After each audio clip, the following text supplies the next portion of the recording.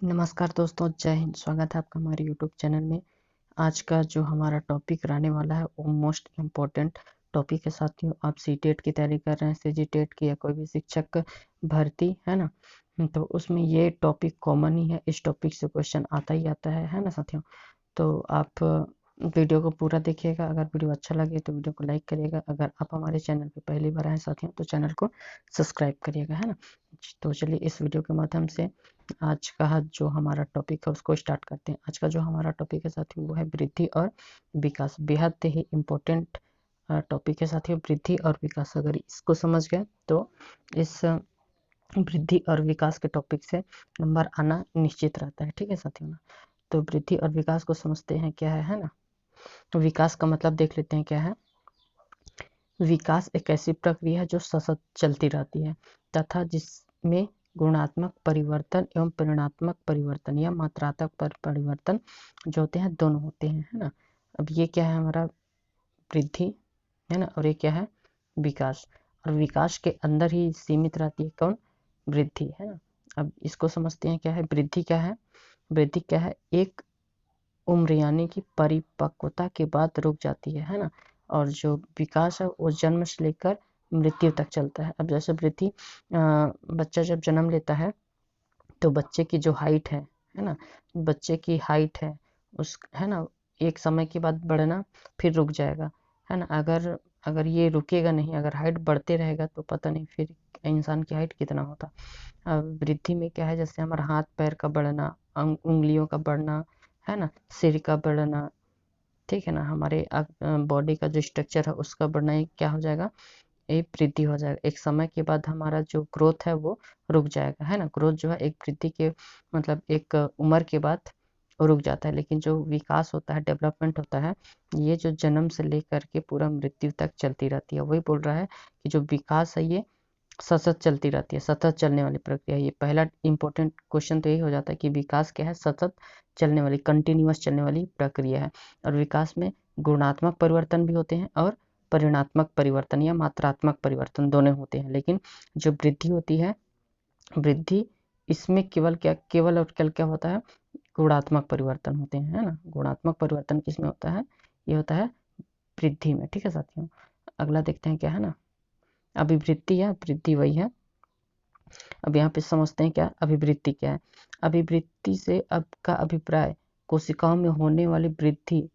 अब अभिवृद्धि के अंतर्गत भार का बढ़ना, ऊंचाई का बढ़ना, शरीर अंगों के आकार में परिवर्तन आना, बालों का बढ़ना, नाखूनों का बढ़ना, ये सब हमारा शामिल होता है किसमें, अभिवृद्धि या वृद्धि के अंदर, है ना। और ये फंक के जो एक वैज्ञानिक हैं, इनके अनुसार देख लेते हैं क्या कहा इन्होंने।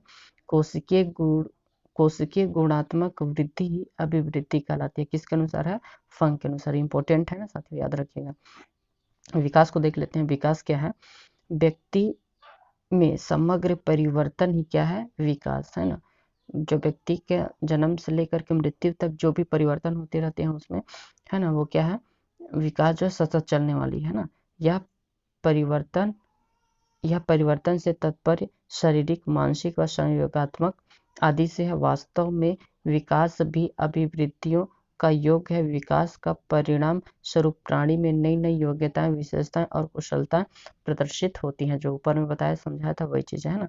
हर लोग क्या बोलते हैं विकास के संबंध में, है ना, ये इंपॉर्टेंट डिफिनेशन है, याद रखिएगा इसको। हर लोग का आता है विकास अभिवृद्धि तक ही सीमित नहीं है। क्या है, विकास जो है अभिवृद्धि तक सीमित नहीं है। इसको अपेक्षा इसमें परिपक्व अवस्था के लक्ष्य और परिवर्तनों का प्रति प्रगतिशील क्रम निहित होता है। जो मैं अभी आपको बताया क्या है, वृद्धि क्या है, एक निश्चित समय अवधि तक चलता है ना, समय तक रहता है, निश्चित समय तक रहता है, इसके बाद से वो रुक जाता है। जैसे हमारा हाइट का बढ़ना हो गया है ना, नाखून बालों का बढ़ना, ये क्या है हमारा, ये किसके अंतर्गत आता है, वृद्धि के अंतर्गत आता है ना। और जो विकास है ये निरंतर चलती रहता है, जन्म से लेकर के मृत्यु तक हम जो कुछ भी सीखते हैं ये क्या क्या है, हमारा विकास है। अब इसका अंतर देख लेते हैं, अंतर से आपको और स्पष्ट हो जाएगा क्या चीज है। अभिवृद्धि देख लेते हैं। अभिवृद्धि का संबंध शरीर के किसी अंग अथवा उप अंगों में परिवर्तन से है ना। अभिवृद्धि से क्या है, हम इसको मतलब नाप सकते हैं, हमारा हाइट कितना है ना, बाल का लंबाई कितना है, हमारा वेट कितना है ना। और विकास को देख लेते हैं। विकास समस्त अंगों के समस्यात्मक समग्र का बोध कराता है ना। अभिवृद्धि एक निश्चित समय के बाद रुक जाता है, वही चीज बताया था। और विकास जो है निरंतर चलने वाली प्रक्रिया है। अभिवृद्धि का अर्थ संकुचित है, यह विकास का प्रक्रिया का एक अवयव हिस्सा या भाग मात्र है ना। जो अभिवृद्धि है विकास का एक भाग है, मात्र अंश है उसका, है ना। और विकास का अर्थ क्या होता है, व्यापक होता है। विकास का अर्थ क्या है, व्यापक। याद रखिएगा विकास किसके अंतर्गत आता है, व्यापक के अंतर्गत। और ये संक्षिप्त के अंतर्गत आता है ना, यह संकुचित है। इसका संबंध न केवल शरीर पक्ष बल्कि संवेगात्मक, सामाजिक, मानसिक और आदि सभी पक्षों पर इसका विकास होता है ना। और अभिवृद्धि में व्यक्तिगत भेद पाया जाता है। अब जैसे कोई व्यक्ति नाटा है, कोई लंबा है, कोई मोटा है, कोई छोटा है ना। किसी की हाइट ज़्यादा है तो व्यक्तिगत विभिन्नता रहता है, हर किसी में अलग अलग ग्रोथ होता है है ना। कोई मान के चले 7 का बालक है और उसका वजन मतलब उम्र के हिसाब से ज़्यादा रहता है। कोई पतला दुबला रहेगा, कोई बहुत मोटा रहता है, कोई किसी का हाइट जल्दी बढ़ता है, किसी का हाइट जल्दी नहीं बढ़ता है ना। अब विकास क्या है, विकास क्या रहेगा, समान होती है, लेकिन इसकी जो दर है इसमें बस अंतर। जो विकास होता है समान होता है। जैसे जो 2 साल का बालक है, चाहे वो अमीर का बालक हो चाहे गरीब का बालक हो, 2 साल के बालक में, और 2 साल के अगर बालक है वो कहीं का भी बालक हो, चाहे हमारे यहाँ का हो या दूसरे देश का हो, 2 साल के बालक में वही सारी एक्टिविटी वही सारी चीज़ें होंगी। 10 साल के बालक में भी, यहाँ के इंडिया के बच्चे में भी वही चीज़ पाया जाएगा, और जो विदेश के बच्चे में है उसमें भी वही पाया जाएगा, है ना। लेकिन इसकी जो दर होती है, जो इसमें डेवलपमेंट होता है, जो इसमें विकास होता है, उसकी जो दरें होती है उसमें अंतर हो सकता है कि जिसको अच्छा इन्वायरमेंट मिलेगा, 10 साल का बच्चा है, मतलब अच्छा इन्वायरमेंट मिला, अच्छा संस्कार मिला है ना, उसको पढ़ने लिखने में अच्छा माहौल मिला तो तेज रहेगा। और जिसके बच्चे को मतलब कि उसका विकास नहीं हो पाएगा, रीज़न ये है कि उसको मतलब वो माहौल ऐसा नहीं मिला, वातावरण ऐसा नहीं मिला है ना, तो उसका विकास के बस दर में बस अंतर होगा, है ना। और क्या है, अभिवृद्धि क्या है, मात्रात्मक पक्ष एवं बाहर से होती है ना। जो वृद्धि होती है उसको हम बाहर से देख सकते हैं और उसको माप सकते हैं। जैसे जब हाइट बढ़ेगा उसको देख सकते हैं, लंबाई बढ़ेगा देख सकते हैं, है ना। नाखून बढ़ रहा है, बाल बढ़ रहा है, सबको देख सकते हैं और इसको माप भी सकते हैं। वजन कितना है, हाइट कितना है ना। और विकास क्या है, अप्रत्यक्ष और आंतरिक होता है, और इसका जो है गुणात्मक होता है ना। गुणात्मक जैसे कि विकास जो है आज हमारा कितना मतलब मस्तिष्क में कितना विकास हुआ है, कितनी आज की हमारी समझ है ना, कल इसको हम नाप नहीं सकते स्पष्ट, है ना। ये आंतरिक रूप में होती है, जिसको हम अपन बस सोच सकते हैं, उसको माप तौल नहीं सकते। अब दिमाग में कितना अपन सीखे हैं उसको बाहर निकाल के नाप तौल नहीं कर सकते हैं कि इसमें हम कितने प्रतिशत आज सीखे हैं ना। वही चीज़ है, अभिवृद्धि को मापा तौला जा सकता है ना। और विकास, सॉरी यहाँ पे विकास रहेगा, विकास को केवल अनुभव किया जा सकता है, ठीक है साथियों। अब इसमें देखते हैं गुणात्मक परिवर्तन और परिमाणात्मक परिवर्तन क्या होता है, ये इंपॉर्टेंट है ना, इसको समझिएगा।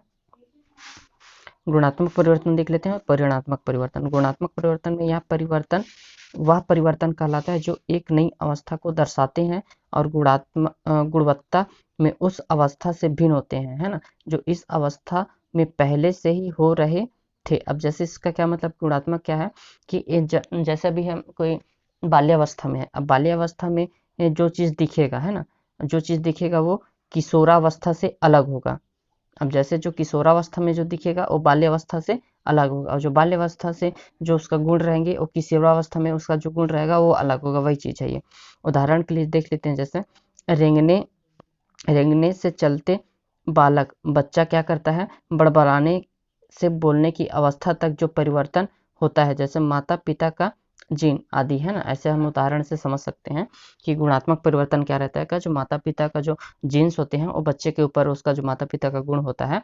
अगर मम्मी पापा अगर शांत स्वभाव के हैं, अच्छे है ना, तो उनका जो बच्चा रहेगा वो भी शांत स्वभाव का, मतलब 90% के केस में उसके जीन का प्रभाव में ऐसा होगा। अब जैसे छोटा सा बच्चा है, अब वो रेंगने चलने लगता है तो अपने आप में बड़बड़ाने की जो बोलने की अवस्था होता है। अब जब वो जैसे कि अभी शैशवावस्था में, तो शैशवावस्था का जो गुण होगा वो क्या होगा, धीरे धीरे जब वो बाल्यावस्था में पहुंचेगा तो बाल्यावस्था में जो पहले जो शैशवावस्था की जो गुणें थी, जैसे कि बलबलाना हो गया, घिसकना हो गया, है ना, घिसक के घुटनों के बल चलना होगा। जब ये बाल्यावस्था में पहुंचेगा तो सारी चीजें गुण जो है छूट जाएगी, और जो बाल्यावस्था का जो नए गुण को अपनाएगा तो पिछला वाला जो गुण होगा उसको छोड़ते जाएगा। यही उसका गुणात्मक परिवर्तन है ना।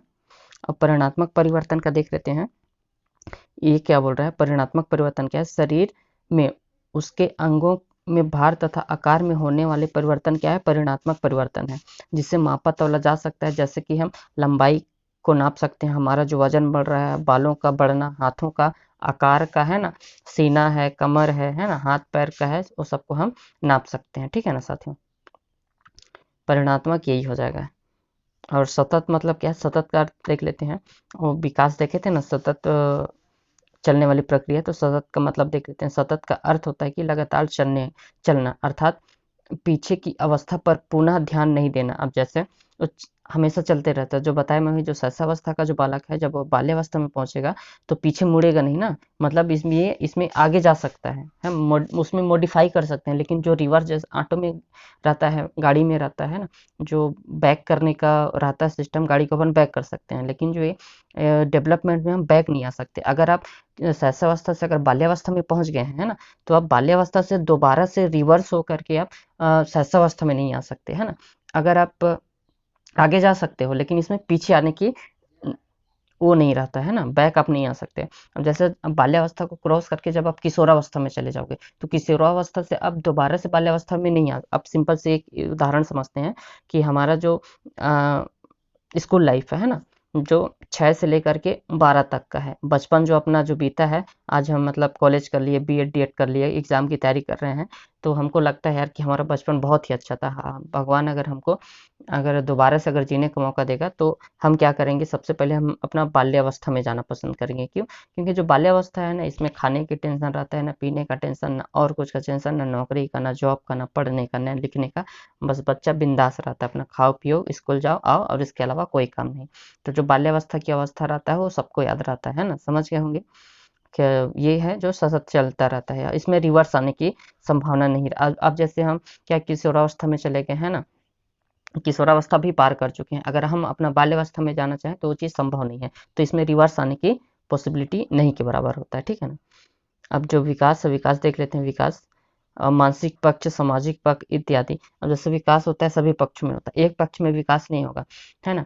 अब जैसे कि अगर विकास हो रहा है तो उसका मानसिक, शारीरिक, सामाजिक, है ना, ज्ञानात्मक, संवेदनात्मक सभी में विकास होगा उसका। ठीक है। अब अभिवृत्ति को समझ लेते हैं, ग्रोथ में क्या क्या आता है ना। ग्रोथ, अभिवृत्ति मतलब ग्रोथ, जब हमारे शरीर की संरचना या आकार का बढ़ना शुरू होता है तो हम उसे वृद्धि कहते हैं ना, ग्रोथ बोल सकते हैं।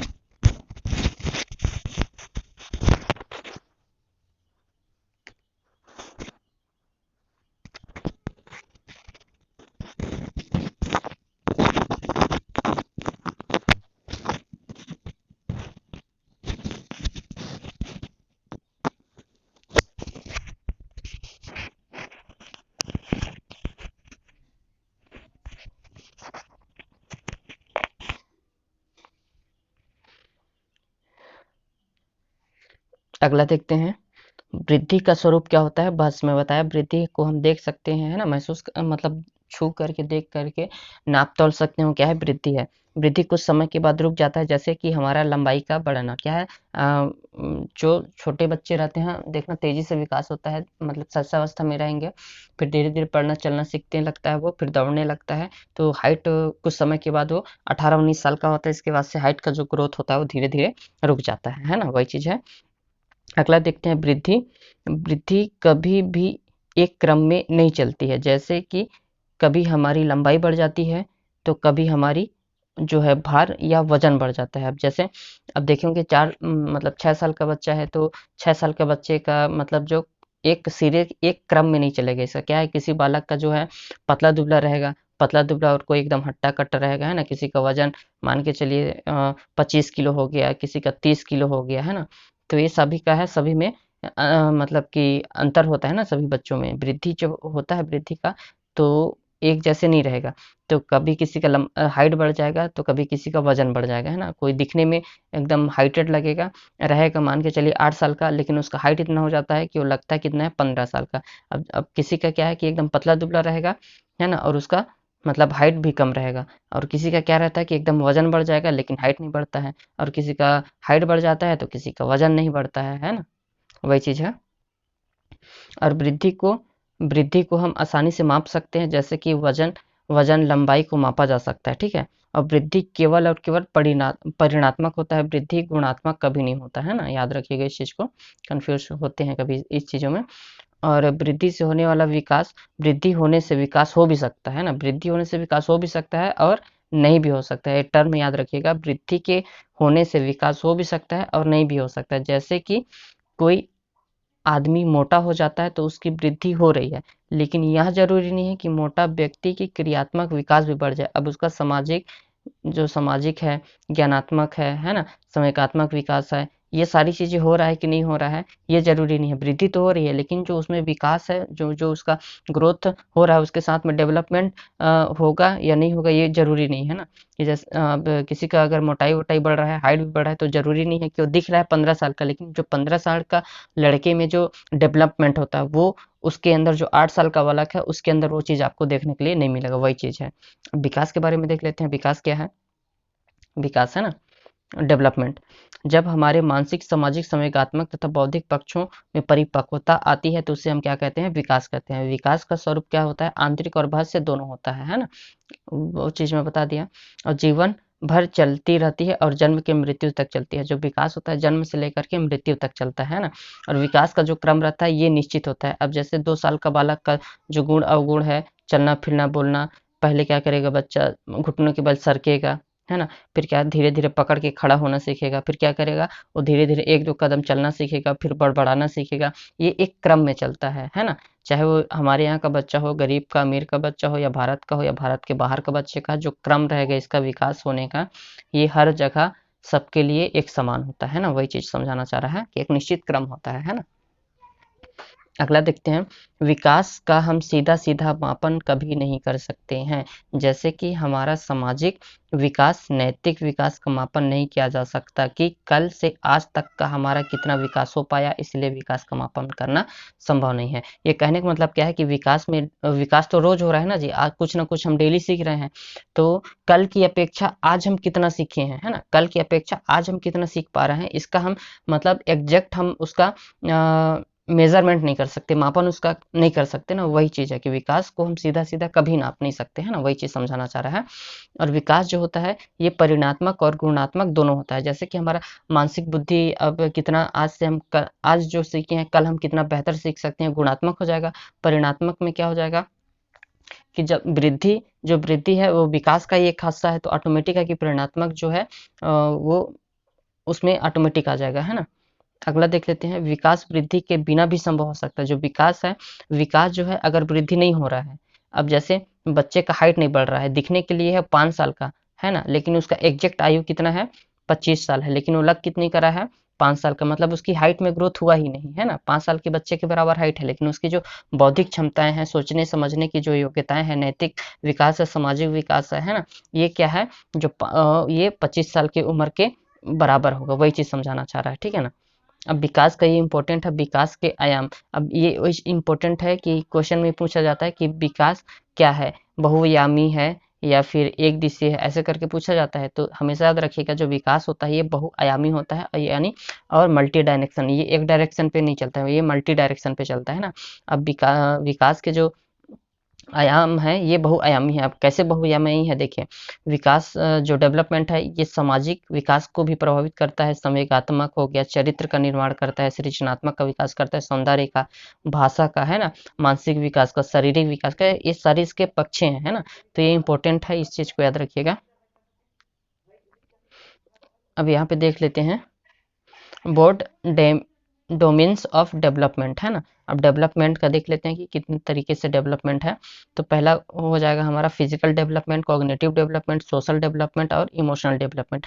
मतलब शारीरिक विकास, संज्ञानात्मक विकास, सामाजिक विकास और संवेगिक विकास। इसका हम मतलब कि एक शॉर्ट शॉर्ट फॉर्म है, इसको याद रखने का। पी से क्या हो जाएगा, फिजिकल डेवलपमेंट, सी से कोग्निटिव डेवलपमेंट, एस से सोशल डेवलपमेंट और ई से इमोशनल डेवलपमेंट। ये जो चारों है ये आपस में क्या है, इंटर रिलेटेड है, मतलब एक दूसरे से अतः संबंधित है ना, अतः संबंधित बोलते हैं ना, इंटर रिलेटेड। मतलब ये जरूरी है, हम ये नहीं कह सकते कि फिजिकल डेवलपमेंट हो रहा है तो उसके साथ साथ कॉग्निटिव डेवलपमेंट भी होगा, सोशल डेवलपमेंट भी होगा और इमोशन डेवलपमेंट, ये अकेले कभी डेवलप नहीं हो सकते ना। जो विकास की है ये आपस में क्या है, ये इंटर रिलेटेड है, इंटर रिलेटेड है, इसको अंतर संबंधित है ना। अब अगला देख लेते हैं, शारीरिक विकास।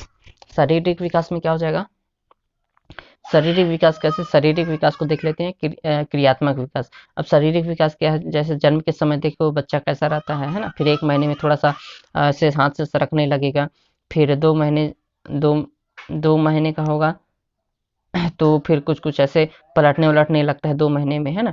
फिर 3 महीने में खेलने लगेगा, जब आप बात करोगे तो वो निकालने लगेगा। 5-6 महीने का होगा तो फिर बैठने लगेगा, मतलब 8-9 1 साल होते होते बच्चा क्या है, फिर चलना स्टार्ट कर देता है ना।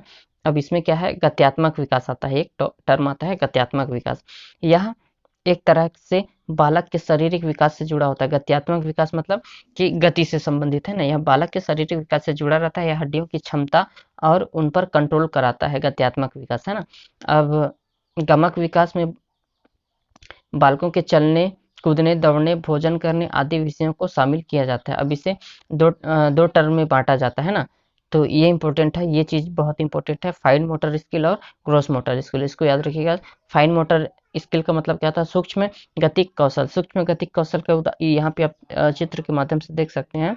फाइन मोटर मतलब कि ऐसी क्रिया जिसमें मतलब एकदम छोटी मतलब हड्डियों का मसल्स का यूज होता होगा, जैसे कि उंगलियों का हो गया है ना, उंगलियों से कुछ ड्राइंग करना, पेंसिल चलाना है ना, ड्राइंग करना या फिर इंजेक्शन लगाना सुई के माध्यम से, है ना। तो इसको एक देख लेते हैं कि जो फाइन मोटर स्किल होता है जिसमें कोई बच्चा या शिशु छोटी छोटी गतिविधियों को अजमाता अंजाम देता है, जैसे है ना, जैसे उंगली और अंगूठे का इस्तेमाल करके कुछ बनाना हो या खेलना हो, या दोनों यह दोनों स्किल बच्चों के दिमाग का विकास के लिए बहुत जरूरी होता है, ठीक है ना।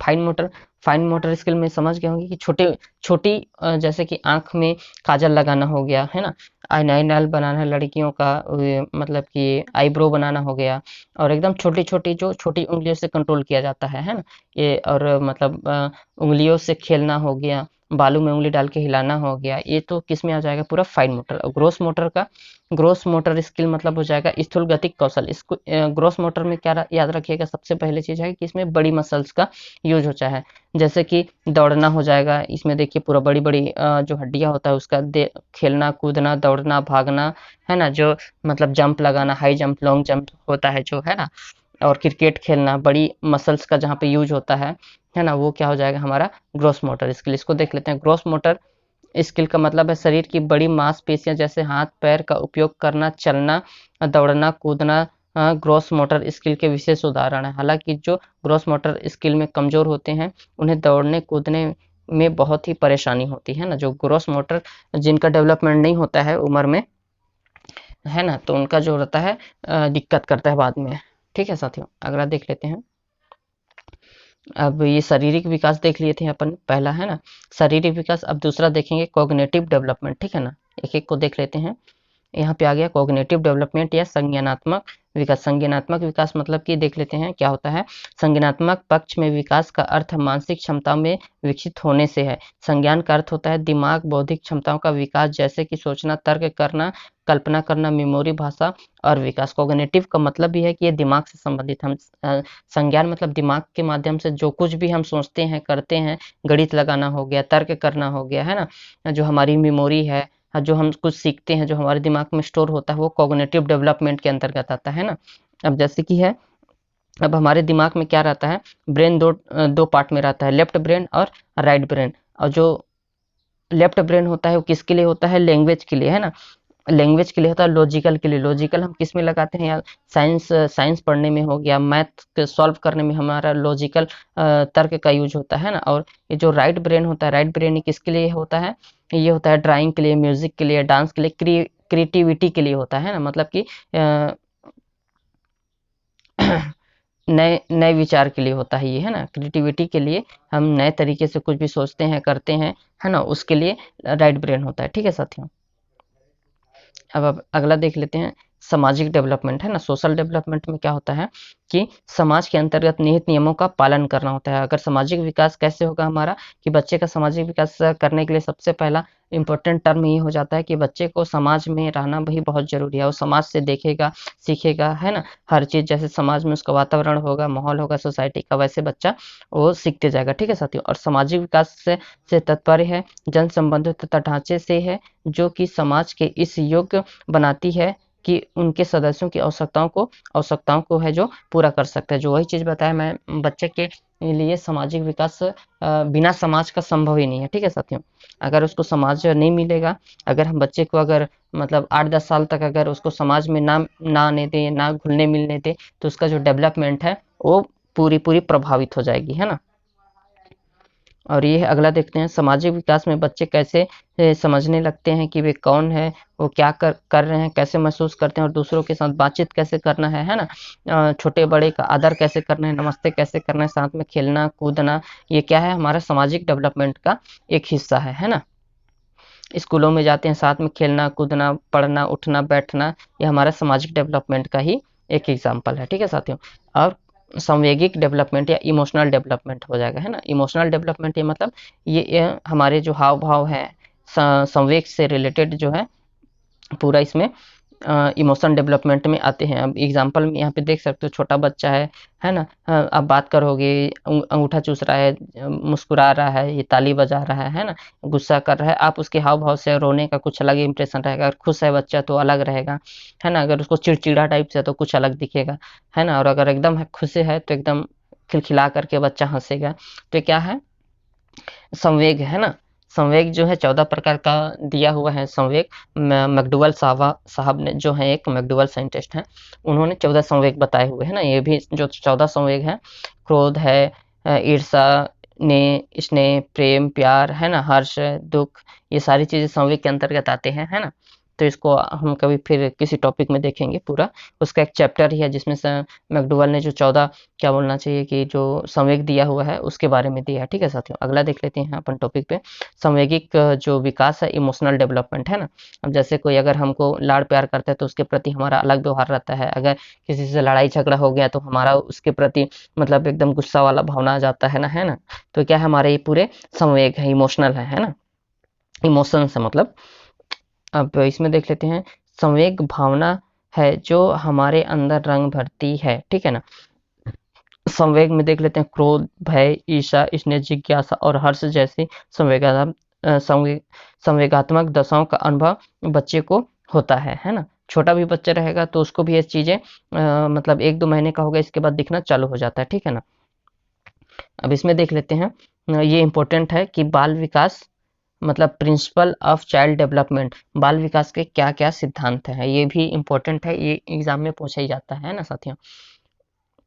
तो ये अभी इसको समझते हैं क्या है, समान प्रतिमान का सिद्धांत। क्या है, समान प्रतिमान का सिद्धांत। इसके अनुसार व्यक्ति प्रत्येक जाति अपनी जाति के ही अनुरूप के विकास का प्रतिमान का अनुसरण करता है। मतलब कि जैसे क्या है कि ये कहना चाह रहा है कि समान प्रतिमान का सिद्धांत क्या बताता है कि प्रत्येक जाति अपने अपने जाति को मतलब कि अनुसरण करता है। अब जैसे उदाहरण पे यहाँ देख लेंगे, अब हाथी का बच्चा और मनुष्य का बच्चा कैसे। अब जैसे मनुष्य जाति का बच्चा है तो मनुष्य जाति का जब बच्चा रहेगा तो ये चाहे यहाँ का हो, चाहे विदेश का हो, चाहे दूसरे देश का हो, क्या करेगा, एक समान एक मतलब कि सीक्वेंस को फॉलो करेगा। अब जैसे 4 दिन का बच्चा है तो भी मतलब यहाँ का भी बच्चे में उतना ही बड़ा रहेगा, तो उसका 2 हाथ पैर आँख कान वो सारी चीजें रहेंगी, है ना, चाहे वो यहाँ का बच्चा हो या वहाँ का। एक मतलब कि मतलब क्रम को, एक प्रतिमान को ही ये लोग फॉलो करते हैं। अब जैसे हाथी का बच्चा है तो जो इंडिया का हाथी का बच्चा रहेगा जब पैदा होगा तो भी इतने बड़ा रहेगा, है ना। आप दूसरे राज्य में भी देखेंगे फिर भी ये क्या है, इसका कहने का मतलब क्या है, समान प्रतिमान का सिद्धांत यही बताता है कि जो प्रत्येक जाति है वो अपने जाति के अनुरूप ही प्रतिमान को अनुसरण करता है। समझ गए होंगे शायद। और अगला देख लेते हैं विकास की दिशा। अब विकास की जो दिशा होता है ये, है ना, बाल विकास में दो दिशाएं माना जाता है ना। ये दोनों दिशाएं जो है बहुत इंपॉर्टेंट है। अब बच्चे का जो विकास होता है वो दो तरीके से होता है ना। ये जो पहला बच्चा आप देख रहे होगे और ये दूसरा बच्चा देख रहे होगे, तो पहले बच्चे का विकास क्या हो रहा है कि ये सिर है, सिर से किधर जा रहा है, पैर की तरफ विकास जा रहा है ना। और ये दूसरे चित्र में आप देख रहे होगे कि सेंटर से डेवलपमेंट स्टार्ट होता है, और ये पूरा मतलब जो नाभि होता है, कमर होता है, वहां से स्टार्ट होकर के फिर उसके हाथ में जाएगा इधर, फिर उसके पैर में, फिर उसके सिर में।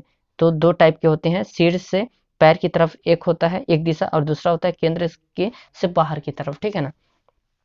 अब इसको समझते हैं क्या है। जब हमारी विकास की दिशा सिर से पैर की तरफ होती है तो इसे मस्कादोमुखी या सेफेलोकोडल कहा जाता है। ये हिंदी का नाम बड़ा अटपटा रहता है साथियों, हिंदी में पता नहीं किस किस नाम से पूछ लेता है, इसलिए आप इसको क्या रखिएगा, सेफेलोकोडल का मतलब ही क्या होता है। सेफेलोकोडल अगर जब भी आ जाए तो इसको याद रखिएगा, सिर से सांस मतलब सी स्टार्ट हो रहा है, सी से मतलब सिर।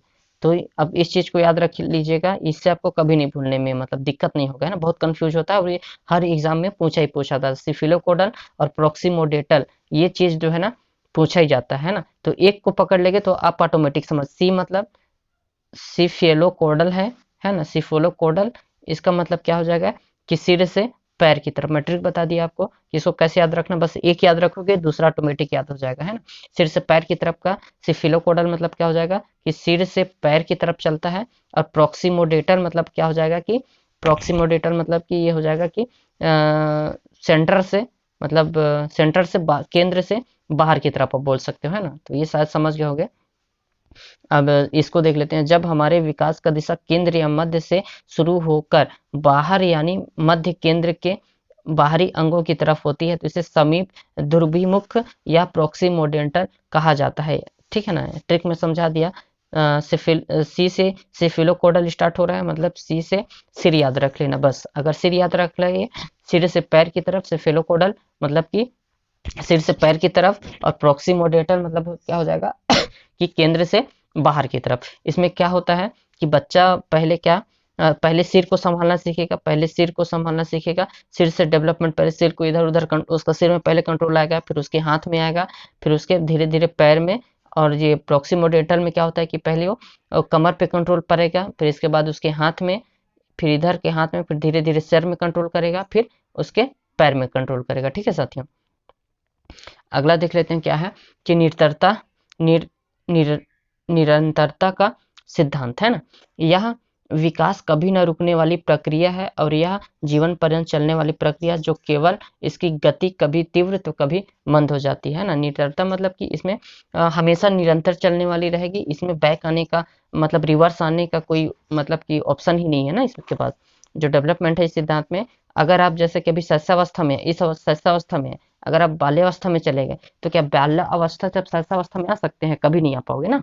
तो इसी चीज को आ रहा है कि ये निरंतर चलता रहता है, जीवन पर्यंत चलने वाली प्रक्रिया है, इसमें रिवर्स आने की संभावना नहीं है, बस इसकी गति क्या है, इसकी जो गति है ये कभी तीव्र कभी मंद हो सकती है। अब जैसे कि जो जो डेवलपमेंट जो अभी जो शैशवावस्था में है, तो बाल्यावस्था में जाके थोड़ी सी धीमी हो जाएगी, है ना। शैशवावस्था में देखे होंगे कि एक साल के अंदर बच्चा कितना बड़ा हो जाता है और जल्दी जल्दी से डेवलप करता है। फिर जब वो 5-6 साल का होगा तो उसकी जो डेवलप करने की जो गति रहेगी वो धीरे धीरे थोड़ा सा कम हो जाएगी। फिर जब किशोरावस्था में जाएगा तो उसकी जो डेवलपमेंट की गति रहेगी, उसके बॉडी हार्मोन्स चेंजेस इतने तेज हो जाएंगे, फिर उसमें जो किशोरावस्था में पहुंचेगा तो उसका जो डेवलपमेंट की गति रहेगी वो फिर बढ़ जाएगी।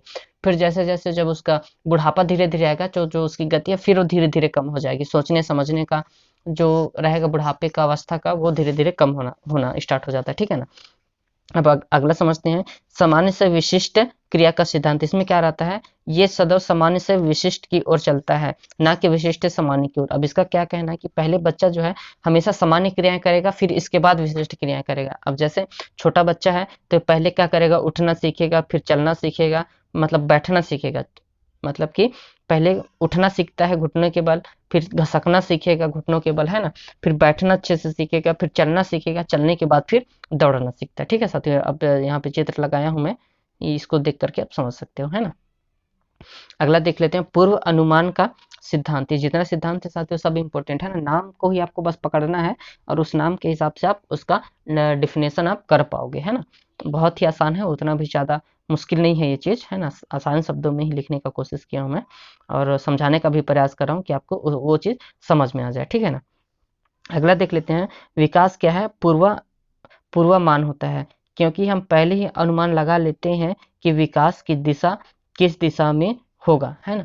ये पूर्वानुमान कहने का मतलब हम जैसे भूत के पाँव पालने में ही दिख जाते हैं, कहावत है छत्तीसगढ़ में भी आप सुने होंगे कि भूत के पाँव पालने में ही दिख जाता है। अब जैसे बच्चा जो है 6 साल का है ना, अब वो जो है 6 साल की उम्र है और वो मतलब कि 12 साल की उम्र के बच्चे के बराबर हो, वो मतलब कि उसका जो सोचने समझने का जो दायरा है ना, वो मतलब कि अच्छी-अच्छी बातें करता है ना?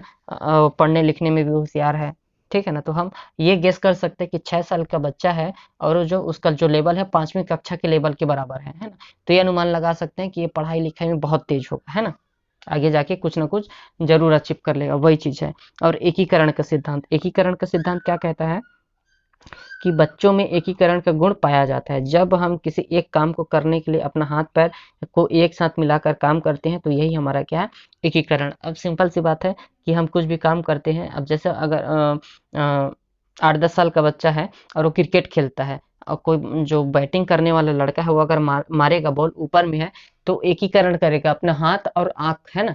मतलब जब वो कैच पकड़ेगा तो उस कोऑर्डिनेशन मिलाएगा उसमें दोनों में कि उसका कहने का मतलब है कि बॉल किधर आ रहा है देखेगा और अपने हाथ को एग्जैक्ट वहीं पे रखेगा और उससे जो कैच पकड़ेगा उसके हाथ में ही आएगा। अगर उसका एकीकरण एक साथ नहीं रहेगा तो कैच नहीं पकड़ पाएगा और जिसका एकीकरण का डेवलपमेंट अच्छे से हो रहेगा वो कैच पकड़ लेगा, ठीक है ना साथी, वही चीज़ बोल रहा है। हम कुछ भी काम करते हैं, जैसे सिंपल सी बात है, जब आप चलते हो तो जब चलोगे तो चलने के साथ जब पैर चलता है तो उसके साथ साथ हाथ भी मूवमेंट करता है आगे पीछे, वही क्या हमारा एकीकरण हो जाएगा, है ना।